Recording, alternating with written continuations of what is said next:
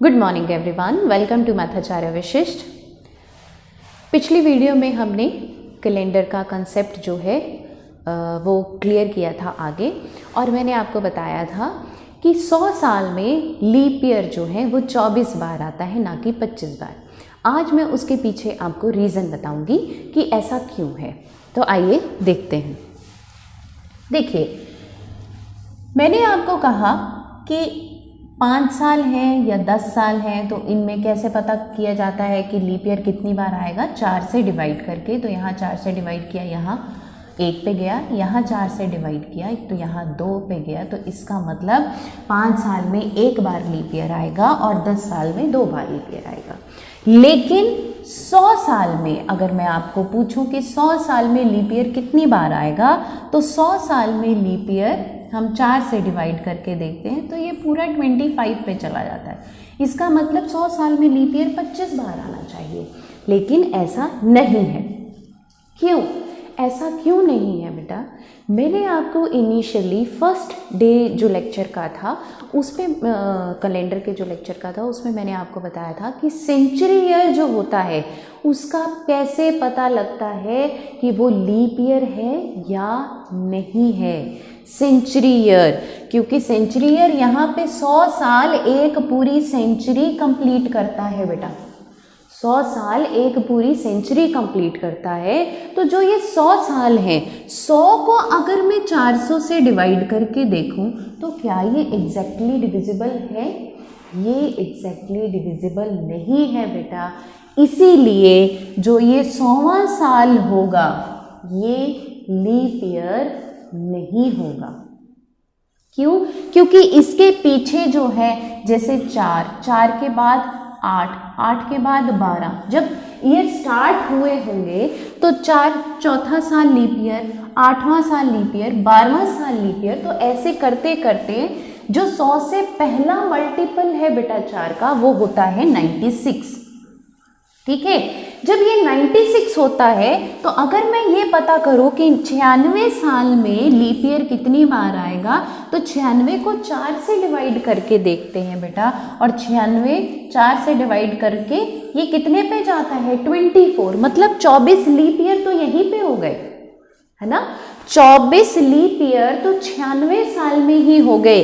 तो ये जो 100वां साल है, अगर ये चीज सही है कि हर 4 साल के बाद ही हमेशा लीप ईयर आता है, तो ये 100वां साल भी तो लीप ईयर होना चाहिए। लेकिन हमने पढ़ा क्या है? हमने पढ़ा ये है कि कोई भी जब सेंचुरी ईयर होता है, सेंचुरी ईयर को कैसे पता लगता है कि वो लीप ईयर है या नहीं? उसको 400 से डिवाइड करके देखना पड़ता है। तो जब 400 से हमने इसको डिवाइड करके देखा तो ये डेसिमल में वैल्यू चली गई, और हमें ये पता है कि एग्जैक्टली डिविजिबल होना चाहिए, तो ये एग्जैक्टली डिविजिबल नहीं है। इसलिए 25 में से 1 साल कम हो जाएगा और ये रह जाएगा 24 साल। ठीक है बेटा। तो इसलिए हर 100 साल में कितने लीप ईयर होते हैं? हर 100 साल में 24 लीप ईयर होते हैं। अब मैं इस चीज़ का आपको कंसेप्ट बताती हूँ। ठीक है, 100 साल में हमने देख लिया कितने लीप ईयर हुए? 24 लीप ईयर हुए। क्यों हुए? क्योंकि होने कितने चाहिए थे? कितने पे जाता है? 25 पे जाता है। 25 में से 1 कौन सा माइनस होगा? ये 100वां साल माइनस होगा। तो कितने लीप ईयर निकल के आते हैं यहाँ? 24 लीप ईयर लिख देते हैं यहाँ पे, 24 लीप ईयर। ठीक है, 200 साल की बात की जाए, 200 साल में कितने लीप ईयर होंगे? 200 साल में कितने लीप ईयर होंगे? 200 को फिर 400 से डिवाइड करके देखेंगे। 200 को 4 से डिवाइड करके देखेंगे कितने पे जाएगा? 50 पे। और कितने ईयर माइनस होंगे? एक तो 100वां और एक ये वाला।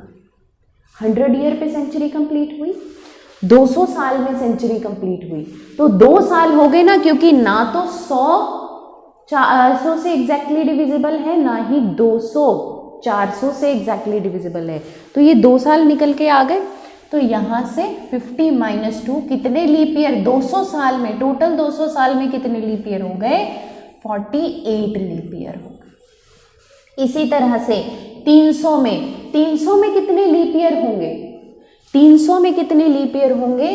300 को 4 से डिवाइड किया तो ये कितने पे गया? 4 सत्ते 28, 2 और 4 पंजे 20, 75 लीप ईयर होने चाहिए, लेकिन माइनस कितने होंगे? 3, 1 2 3, 100वीं सेंचुरी, 200वीं सेंचुरी और 300वीं सेंचुरी। ठीक है, ये तीनों माइनस हो जाएंगे तो 75 माइनस कितना आ जाएगा? 3 आ जाएगा। तो कितने लीप ईयर रह जाएंगे? 72 लीप ईयर रह जाएंगे। अब रही 400 साल की बात, क्योंकि यही चीजें पूछी जाती हैं। आपको डायरेक्टली पूछा जाएगा 100 साल में कितने लीप ईयर होते हैं, आपका आंसर होगा 24 लीप ईयर। 200 साल में कितने लीप ईयर? 48 leap year. 300 साल में कितने लीप ईयर? 72 leap year. 400 साल में कितने लीप ईयर? 400 को 4 से डिवाइड किया तो आया 100। अब क्या होगा? ये वाली सेंचुरी, ये वाली सेंचुरी और ये वाली सेंचुरी 3 साल माइनस होंगे, लेकिन ये वाला अब माइनस नहीं होगा, क्योंकि जब 400 सेंचुरी होगी तो 400 से एग्जैक्टली डिविजिबल है और ये भी एक लीप ईयर होगा। तो सिर्फ 100 में से सिर्फ 3 साल माइनस होंगे और 97 लीप ईयर आते हैं बेटा 400 साल में। तो ये चीज आप नोट कर लीजिए कि 100 साल में जो है वो 24 लीप ईयर, 200 साल में 48 लीप ईयर, 300 साल में 72 लीप ईयर और 400 साल में 97 लीप ईयर होते हैं। क्लियर हो गया बेटा आपको कंसेप्ट? ये कंसेप्ट क्लियर करना बेटे बहुत ज़रूरी है। ये डायरेक्टली कई बार क्वेश्चन पूछे जाते हैं एग्जाम में। 100 साल में लीप ईयर कितनी बार आएगा? 400 साल में लीप ईयर कितनी बार आएगा? तो यहाँ से ये चीज़ें आपको सीखनी बहुत ज़रूरी। अब अगला कंसेप्ट है बेटा ऑड डेज का, एक्स्ट्रा डेज का। अभी तक कंसेप्ट चल रहा था लीप ईयर का, अब कंसेप्ट है बेटा एक्स्ट्रा डेज। ठीक है, ऑड डेज, क्योंकि ये सारा चैप्टर इसी पे डिपेंड करता है। कैलेंडर का जो चैप्टर है वो इन्हीं चीज़ों पे डिपेंड करता है। एक्स्ट्रा डेज क्या होते हैं बेटे? एक्स्ट्रा डेज, एक्स्ट्रा डेज या हम इनको क्या कह सकते हैं? ऑड डेज भी कह सकते हैं बेटा। इनको हम ऑड डेज भी कह सकते हैं। कई बार क्वेश्चन में पूछा जाता है 15 दिन में कितने एक्स्ट्रा डेज हैं? ठीक है, 20 दिन में कितने एक्स्ट्रा डेज हैं? 400 दिनों में कितने एक्स्ट्रा डेज हैं? ये पूछा जाता है डायरेक्टली क्वेश्चन। अब जब डेज का कंसेप्ट है तो डेज 7 दिनों से मिलकर बने हैं। 7 दिन, एक मिनट, 7 दिन, 7 दिन मतलब Monday, Tuesday, Wednesday, Thursday, Friday, Saturday and Sunday. 7 दिनों से मिलकर बने हैं ये डेज। ठीक है, तो मतलब एक हफ्ता जो है 7 दिन मिलकर बनाते हैं। जब भी डेज का कंसेप्ट आता है बेटे, तो जैसे 15 दिन, 15 को 7 से डिवाइड किया जाता है, मतलब 15 दिन मिलके कितने हफ्ते बना सकते हैं? 15 दिन मिलके कितने हफ्ते बनाएंगे? तो जो 7 का मल्टीपल होगा बेटा उतने हफ्ते बनाएंगे और जितने दिन बच जाएंगे वो हमारे एक्स्ट्रा डेज होते हैं। ठीक है ना, 15 दिन मिलके कितने हफ्ते बनाएंगे? अब 7 दूनी 14, 14 दिन तो हफ्तों में चले गए। 14 दिन कहाँ चले गए? हफ्तों में। तो एक्स्ट्रा डे कितना हुआ? यहाँ पे 15 दिनों में एक्स्ट्रा डेज कितने हुए? 1 एक्स्ट्रा डे। जो रिमाइंडर रहता है 7 का रिमाइंडर एक्स्ट्रा डेज कहलाता है बेटा। 7 का जो रिमाइंडर होगा, 7 से डिवाइड करने पे किसी वैल्यू को जो रिमाइंडर बचेगा वो एक्स्ट्रा डेज होते हैं। ठीक है, ऐसे हम कुछ भी 20 दिन 7 से डिवाइड किया, 20 दिन, 20 दिन को 7 से डिवाइड किया तो कितने पे गया? 7 दूनी 14, रिमाइंडर कितना बचा? 6। मतलब एक्स्ट्रा डेज, 6 एक्स्ट्रा, 20 दिनों में एक्स्ट्रा डेज कितने हैं? 6 एक्स्ट्रा डेज। 400 को 7 से डिवाइड किया, 7 पंजे 35, यहाँ 5 रिमाइंडर्स और 7 पे 49, रिमाइंडर कितना बचा? 1। 400 दिनों में कितने एक्स्ट्रा डेज हुए? 1। तो जो 7 का रिमाइंडर होता है ना बेटा, वही एक्स्ट्रा डेज होते हैं। ठीक है, तो अब मंथ का कंसेप्ट आता है कि मंथ कितने होते हैं? 12 महीने आपके, 12 महीने, जैन, फेब, मार्च, यहां मैं लिख देती हूँ, अप्रैल, मई, जून, जुलाई, अगस्त, सितंबर, अक्टूबर, नवंबर एंड दिसंबर। ठीक है, ये लीजिए। अब पूछा जाए आपको जनवरी के महीने में कितने एक्स्ट्रा डेज होते हैं, तो जैन के महीने में आपने क्या देखना है? आपने देखना है कि कितने दिन है ये, 31 दिन का महीना। ठीक है, फरवरी या तो 28 दिन का महीना होगा या 29 दिन का, मार्च 31 दिन, अप्रैल 30, मई 31, जून 30, जुलाई 31, अगस्त 31, 30, 31, 30, 31। ठीक है, इतना सबको पता है कि कौन से महीने में कितने दिन होते हैं।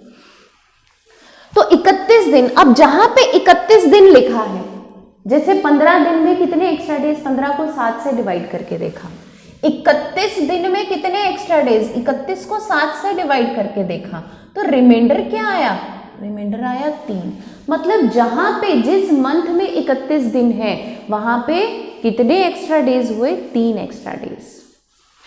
अगर तो फेब के महीने में 28 दिन है तो 0, 29 दिन है तो 1 एक्स्ट्रा डे, 31, फिर 31 महीने का आ गया ये, तो कितने एक्स्ट्रा डेज हुए? 3 एक्स्ट्रा डे। जो रिमाइंडर 7 का जो रिमाइंडर बचता जाएगा 30, 7 चौके 28, रिमाइंडर बचा 2।